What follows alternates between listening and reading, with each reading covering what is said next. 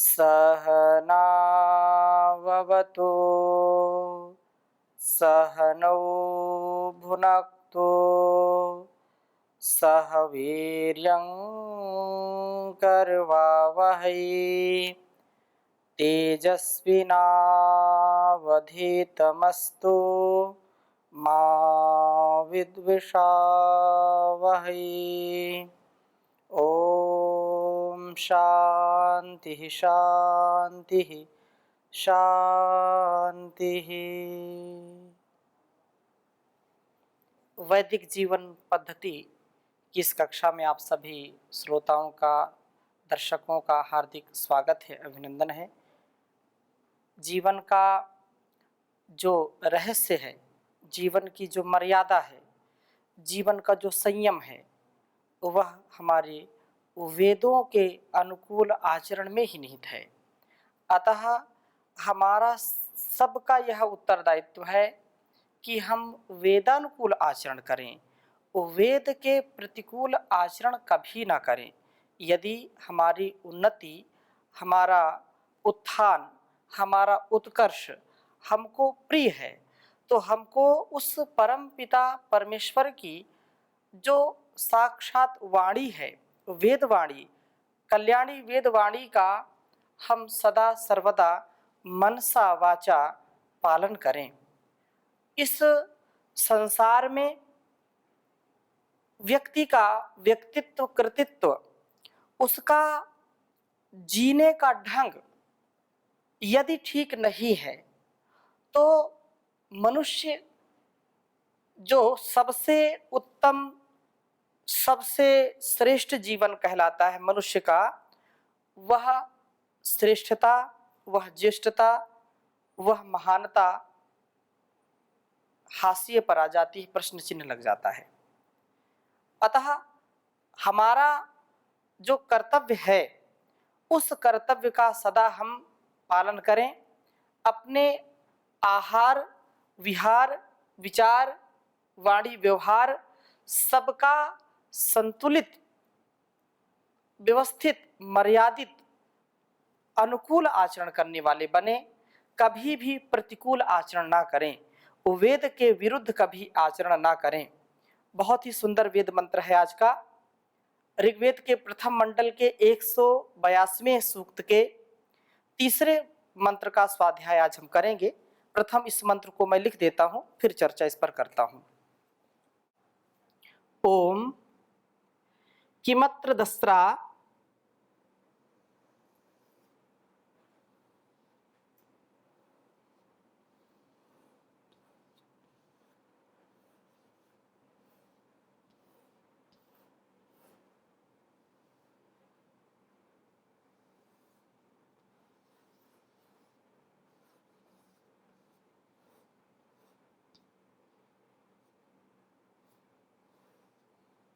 किमत्र दस्रा कृणुथः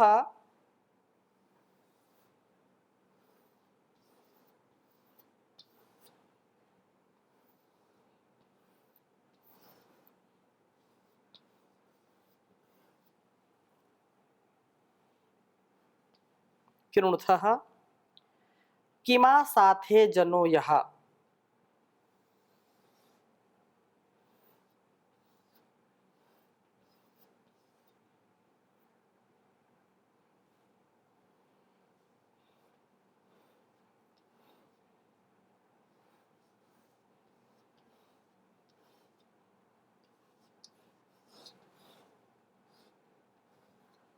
किमा साथे जनो यः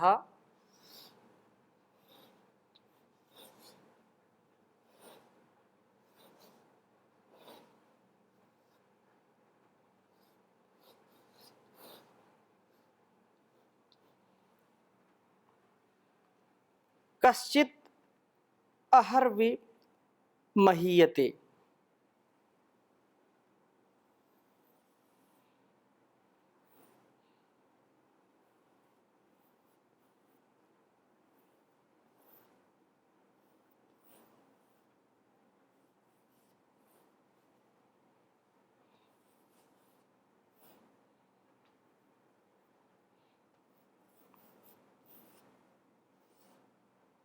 कश्चिद अहर्वि महीयते।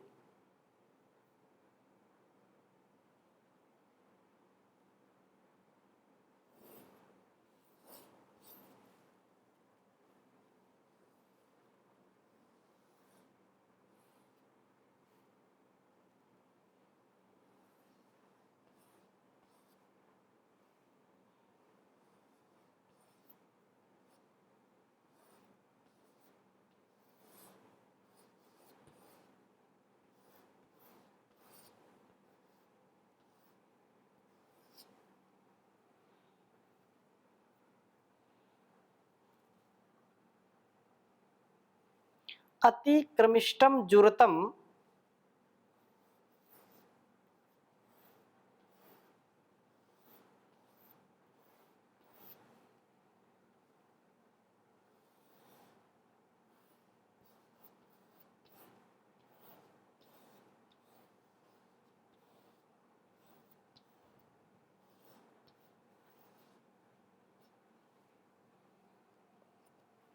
अतिक्रमिष्टम जुरतम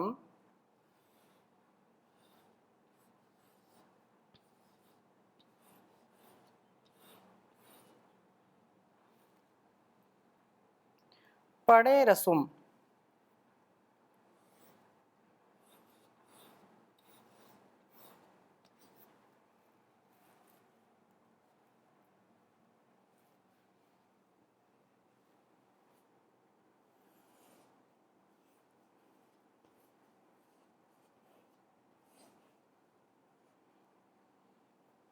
पड़े रसुम ज्योतिर्विप्राय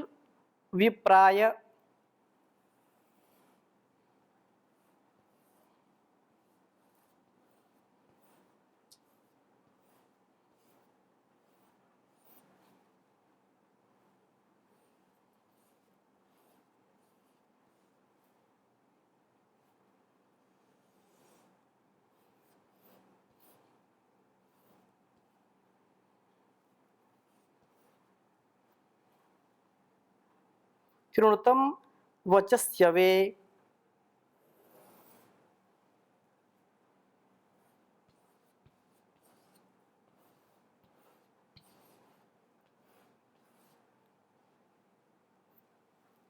कृणुतम वचस्यवे।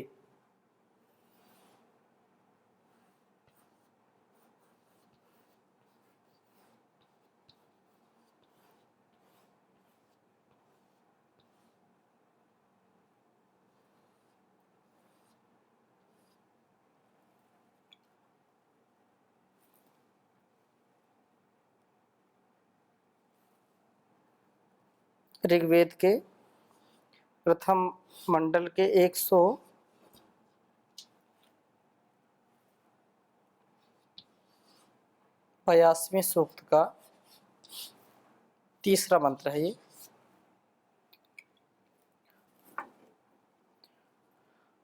ओम किमत्र दस्रा कृणुथः किमासाथे जनो यः कश्चिद् अहर विमहीयते अतिक्रमिष्टम जुरतम पणेरसुम ज्योतिर्विप्राय कृणुतम वचस्यवे। ओम किमत्र दस्रा कृणुथः किमासाथे जनो यः कश्चिद् अहर्विमहीयते अतिक्रमिष्टम जुरतम पणेरसुम ज्योतिर्विप्राय कृणुतम वचस्यवे। ओम किमत्र दस्रा कृणुथः किमासाथे जनो यः कश्चिद् अहर्विमहीयते अतिक्रमिष्टम जुरुतम पणेरसुम ज्योतिर्विप्राय कृणुतम वचस्यवे।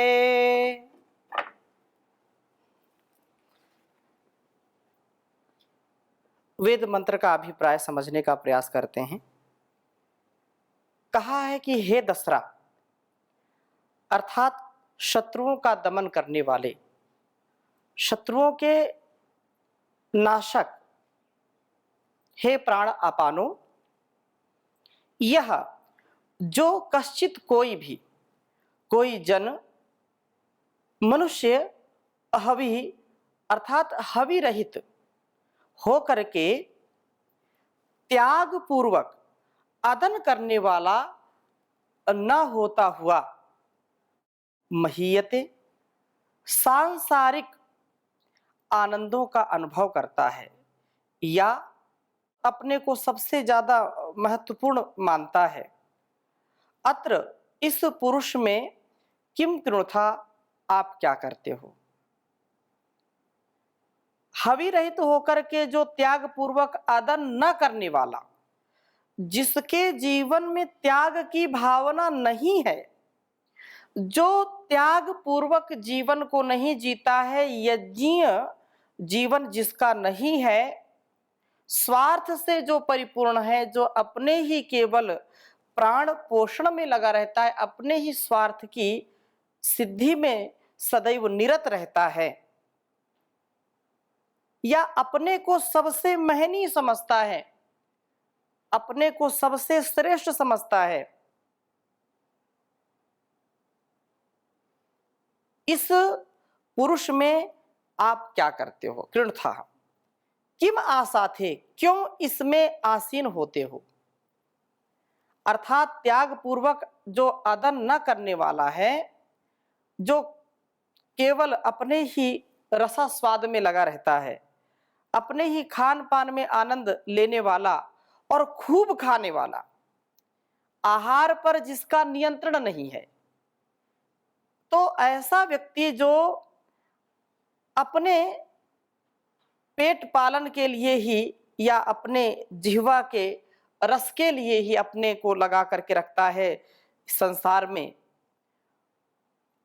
प्राण साधना के लाभ को वो पर्याप्त प्राप्त नहीं कर पाता है। बहुत सुंदर यहाँ पर शिक्षा दी गई है। इस वेद मंत्र का अभिप्राय इतना सुंदर है कि वास्तव में जो जिह्वा को नियंत्रण में नहीं रखता है, रसना की वासना को जो अपने उपासना से नियंत्रण में नहीं रखता है, जो केवल खाने के लिए ही जीता है, वो कभी भी प्राण साधना में सफल नहीं हो सकता है। जो आहार की चिंता ज्यादा करता है और केवल आहार के ही विषय में सदा सोचता रहता है, विचार करता रहता है, अपने जीवन की उत्कृष्ट जो कृति है, जो उत्कृष्ट कर्म है, उस पर विचार नहीं करता है, केवल प्राण पोषण में लगा रहता है, वह असुर की भांति होता है। असुसु रमन्ते इति असुरः, जो केवल अपने ही स्वार्थ की चर्चा करता है, अपने स्वार्थ में लगा रहता है, दूसरों से कुछ उसका लेना देना नहीं है। उसकी इंद्रियां तृप्त होनी चाहिए। वैसे तो इंद्रियां कभी तृप्त नहीं होती हैं भोगों को भोगने से, और यह व्यक्ति जो केवल भोजन में ही या भोजन भट्ट जो बन जाते हैं, जो दूसरों की थाली पर नजर रखते हैं, उनको अच्छा अच्छा खाने के लिए केवल चाहिए, और साधना की दृष्टि से वे साधक नहीं बन पाते हैं, उनके जीवन में अनेक बाधाएं आती हैं। वो कभी भी योग साधना करने में सफल नहीं होते हैं, सक्सेसफुल नहीं होते हैं, विफल हो जाते हैं। तो कहा युक्ताहार विहार के लिए प्राण साधना लाभकारी होती है जो युक्त आहार विहार लेते हैं। अर्थात युक्ताहार विहारस्य युक्त चेष्टसु कर्मसु, ये जो बात कही है भगवान ने गीता में, युक्त स्वप्नावबोधस्य योगो भवति दुःखः, आहार के स्तर पर जिनका नियंत्रण नहीं है, वो कभी भी योगी नहीं बन सकते हैं, कभी भी वो ब्रह्मचर्य का पालन नहीं कर सकते हैं, कभी भी वो धर्म का पालन नहीं कर सकते हैं। अंश मात्र में कर दो वो तो कर सकते हैं, लेकिन वास्तव में जो एक योगी का लक्षण होता है, योगी की चर्या होती है, योगी का स्वभाव होता है, उस स्वभाव से वो पतित हो जाते हैं यदि उनका आहार ठीक नहीं है, उनका विचार ठीक नहीं है। तो जैसा खाएंगे अन्न वैसा हो जाएगा मन। यदि मन हमारा आहार पर लगा है, अन्न पर ही लगा है, तो केवल पशु पक्षियों के जैसा ही जीवन हमारा होगा, क्योंकि वो भी पेट तो वो भी पालते हैं और केवल पेट हम पालने के लिए जीते हैं, तो उनमें और हम में कोई अंतर नहीं रह जाता है। इसलिए वेद मंत्र का संकेत ये है कि आहार तो सबको चाहिए, लेकिन आहार मर्यादित हो, आहार सुव्यवस्थित हो, अपथ्य ना हो, अभक्ष्य ना हो, वो युक्ति युक्त हो, जो हमारे लिए साधना में जो बाधा ना बने। अब इतना भोजन कर लिया कि आप साधना नहीं कर पा रहे, आप पुरुषार्थ नहीं कर पा रहे, आप अपने कर्तव्य का निर्वहन नहीं कर पा रहे और शरीर आपका बीमार हो गया, शरीर में अनेक प्रकार के रोग आ गए, तो कभी भी योग नहीं आप कर सकते हैं, एक योगी नहीं बन सकते हैं। हाँ, जो लोग जागरूकता पूर्वक, विचार पूर्वक, संयम पूर्वक जीवन को जीते हैं, शरीर का एक अपना गुण कर्म स्वभाव होता है, ये व्याधि आधी तो आती रहती हैं, लेकिन समाधि से युक्त होते हैं, तो आधी और व्याधि से हम बहुत हद तक बच सकते हैं। अर्थात मानसिक और शारीरिक रोगों के होने पर भी जो उच्च चेतना में जीते हैं, जिनका आहार विचार संयमित है, वो कभी दुखी नहीं होते हैं और इस शरीर का जो गुण कर्म स्वभाव है या जो धर्म है, उसको हम अच्छी प्रकार से निभा सकते हैं। क्योंकि कहा है कि अति जो प्राण साधना के लिए युक्त आहार विहार करते हैं, तो उनकी प्राण साधना लाभप्रद होती है, कल्याण का मार्ग दिखाती है और कल्याणकारी होती है। अति क्रमिष्टम, वेद मंत्र में कहा अति क्रमिष्टम, अर्थात ऐसे व्यक्ति को तो आप लांघ ही जाते हो, पढ़े हैं इस वणिक वृत्ति वाले, अयज्ञशील, जो यजन नहीं करता, जो कल्याणकारी कर्मों को, जो कल्याणकारी स्वभावों को, जो कल्याणकारी अपने कर्तव्यों को नहीं निभाता है, उनका निर्वहन नहीं करता है, तो कहा है कि ऐसे अयज्ञशील पुरुष के असुम प्राण को जुरतम, आप विनष्ट कर देते हो। अर्थात जो प्राण शक्ति है, प्राणस्येदं वशे सर्वं त्रिदिवि यत् प्रतिष्ठितम मातेव पुत्रान रक्षस्व श्रेष्ठा, ये सब जो माता के समान हमारी रक्षा करती है प्राण शक्ति, उसको विनष्ट कर देते हैं। अवात वाहि भेषजम विवात वाहि यद्रपा त्वम ही विश्व भेषजो देवनाम दूत ईयसे, ये प्राण जो हमारे अंदर शक्ति का, सामर्थ्य का, आरोग्यता का, निरोगता का जो आधान करते हैं, और ऐसे जो असंयम अयजनशील जो लोग होते हैं, उनके प्राणों का विनाश संभव है। अर्थात प्राण उनके संतुलित नहीं रहते और वो बीमार हो जाते हैं। आप उनका जो सामर्थ्य उनको क्षीण कर देते हैं, आप विनष्ट कर देते हैं प्राण को। यज्ञशील हवि का सेवन करने वाला व्यक्ति ही प्राण साधना से लाभान्वित होता है। जो यज्ञीय कर्म करता है, यजनशील होता है, गुणकर्म स्वभाव जिसके पवित्र होते हैं, वे निसंदेह प्राण साधना से लाभान्वित होते हैं। और आप विप्राय विशेष रूप से औरों का जो पूर्ण करने वाले वचस्यवे, प्रभु के स्तुति वचनों की कामना करने वाले के लिए ज्योति ही कृणतम, ज्ञान की ज्योति प्राप्त कराते हैं। अर्थात उनको ऐसे जीवन से, ऐसे शक्ति से, ऐसे सामर्थ्य से युक्त कर देते हैं, स्वयं भी अपना कल्याण करते हैं, अपने जीवन का उद्धार करते हैं और संसार का भी उद्धार करते हैं। व्यष्टि से समष्टि, व्यक्तिगत जीवन से सामाजिक जीवन में भी वे उत्तमता से अपने कर्तव्यों का निर्वहन करने वाले होते हैं। और प्राण साधना तभी लाभप्रद होती है जब कि हम युक्ताहार विहार के साथ ही जाएं। अयज्ञशील सब कुछ खा जाने वाले के लिए इसका कुछ भी लाभ नहीं होता है। जिसके अंदर त्याग की भावना नहीं है, जिसके अंदर केवल स्वार्थ की भावना है, केवल परिग्रह की भावना है, वह कभी भी प्राण साधना से लाभ नहीं प्राप्त कर पाता है। और जिसके जीवन में संयम है, जिसके जीवन में त्याग की भावना है, जिसके जीवन में नितांत अपरिग्रहता है, वही व्यक्ति अपने इस जीवन का कल्याण करता है। और युक्ताहार विहारस्य की जो बात कही है गीता में, भगवान ने भी युक्ताहार विहारस्य युक्त चेष्टस्य कर्मसु, कर्मों में भी जिसकी युक्ति युक्त, न्याय संगत और यथोचित जो मर्यादित कर्म करना, और आहार भी बहुत ही संतुलित लेना, क्योंकि आहार यदि हमारा ठीक है तो हमारा शरीर भी ठीक होगा। आहार यदि ठीक नहीं है तो शरीर भी हमारा ठीक नहीं होगा, मन भी ठीक नहीं होगा। इसलिए कहा है कि हिताहारा मिताहारा अल्पाहारश्च ये जनाः न तान् वैद्य चिकित्सन्ति आत्मन्येव चिकित्सकाः।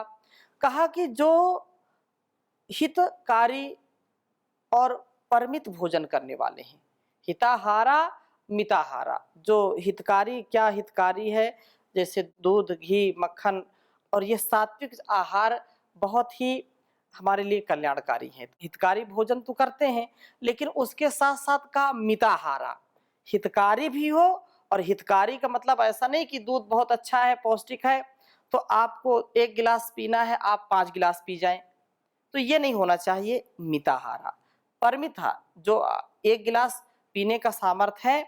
तो एक बात और कह दी, अल्पाहारा, हिताहारा मिताहारा अल्पाहार संयोजना।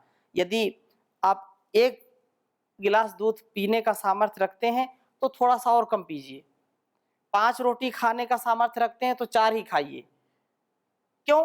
क्योंकि थोड़ा सा स्थान रहेगा पेट में, पाचन तंत्र ठीक रहेगा, पाचन शक्ति ठीक रहेगी, जल्दी भोजन पचेगा और शरीर में लगेगा। आलस्य नहीं आएगा, प्रमाद नहीं आएगा, आपके कर्तव्यों में बाधा नहीं आपको प्राप्त होगी, अर्थात बाधाओं से मुक्त रहेंगे। इस प्रकार से युक्ताहार विहारस्य युक्त चेष्टस्य कर्मसु युक्त स्वप्नावबोधस्य योगो भवति दुःखः। ये वास्तव में जो योग का अनुष्ठान है, योगमय जीवन जीता है, उसके लिए जो उसका स्वप्न है, उसका जो विचार है, वो भी युक्ति युक्त जब होता है, मर्यादित, व्यवस्थित, संतुलित होता है, तो योग उसके लिए अत्यंत कल्याणकारी हो जाता है। सारे दुखों का निवारण कर देता है, सारे दुखों से हम ऊपर हो जाते हैं, तर जाते हैं, और जीवन का जो अंतिम लक्ष्य है उसको हम प्राप्त कर लेते हैं। इसलिए इस बात को यहाँ पर कहा है कि प्राण अपान की साधना करने वाला व्यक्ति यदि आहार पर नियंत्रण रखता है तो उसका सुंदर जीवन व्यवस्थित होता है, और अपना तो वो कल्याण करता ही है, दूसरों का भी करता है। तो कहा हिताहारा मिताहारा अल्पाहारश्च ये जना न तान वैद्य चिकित्सन्ति। वैद्य की आवश्यकता उसको नहीं होती है, वो स्वयं का चिकित्सक हो जाता है, स्वयं ही चिकित्सा करता है अपनी। अर्थात चिकित्सा का अर्थ क्या है कि जब हम उचित आहार लेंगे तो उचित निद्रा मिलेगी, और आहार निद्रा ये हमारे स्वास्थ्य के साधक हैं, स्वास्थ्य के स्तंभ हैं। यदि उचित हमने आहार नहीं लिया तो नींद नहीं आती, ज्यादा आहार लिया तो हानिकारक है। तो संतुलित आहार लेना, निद्रा लेना और ब्रह्मचर्य का पालन करना, तो योग प्राणायाम से निसंदेह हम ब्रह्मचर्य का पालन करते हैं, इंद्रियों पर पूर्ण नियंत्रण होता है। तो बहुत सुंदर बात यहाँ पर कही है कि हम प्राण साधना से अपने जीवन को सुंदर बनाएं और यजनशील बने, कर्तव्य पारणता हमारे अंदर हो, त्याग की भावना हो। तो इन्हीं शुभकामनाओं के साथ आज की कक्षा को यहीं पर विराम देते हैं, और आगे नए मंत्र के साथ चर्चा करेंगे अगली कक्षा में। ओम शांति शांति शांति।